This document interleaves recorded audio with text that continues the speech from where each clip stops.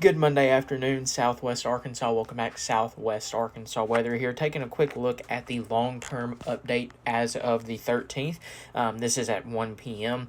And Arctic Blast 2.0 is that on the way? We'll talk about that. And below, above actually, you'll see the Climate Prediction Center outlook, or the CPC outlook. This is the 6 to 10 day temperature probability outlook for the Southern Plains, Lower Mississippi Valley region. That includes the Texas, Oklahoma, Arkansas, Louisiana, Mississippi, portions of Tennessee. This really goes for all of the U.S., but this this graphic above is just for southern portions of the coverage area, southern portions of the U.S. Once again, this doesn't show the specific temperatures, but it does show the percentage of chance of below average temperatures. This has about 90 to 100% chance of below average temperatures through the 18th and 22nd of January. This is that Saturday through Wednesday time frame. We're going to have another shot of cold air come in during that time frame.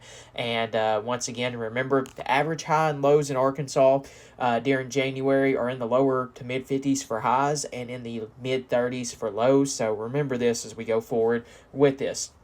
Right now, there's some ensemble data that we're looking at. And remember, ensembles are the method of basically producing multiple weather forecasts or multiple model runs, not necessarily specific forecasts for that account for uncertainties in the data and models. Because, there's a lot of uncertainties that we can have with that. That basically takes one run of data and it'll go and change a specific thing in the atmosphere, or specific like current temperatures. It may change the temperatures a bit and then run that again to see what another potential could be with that. And right now, those European and the GEFS, or the Global Ensemble Forecasting System, show the potential for below average temperatures as well for this time frame. Right now, these ensembles are showing, the Euro is showing the potential for temperatures to be around 20 to 30 degrees below average for highs, and lows ranging from 10 to 20 degrees below average, while the GEFS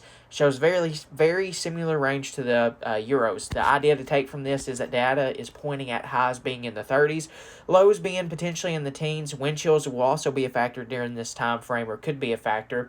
The CPC is also monitoring the potential for some strong winds, or some high winds during this same time frame. And also during the same time frame, they're also monitoring the risk for heavy snow.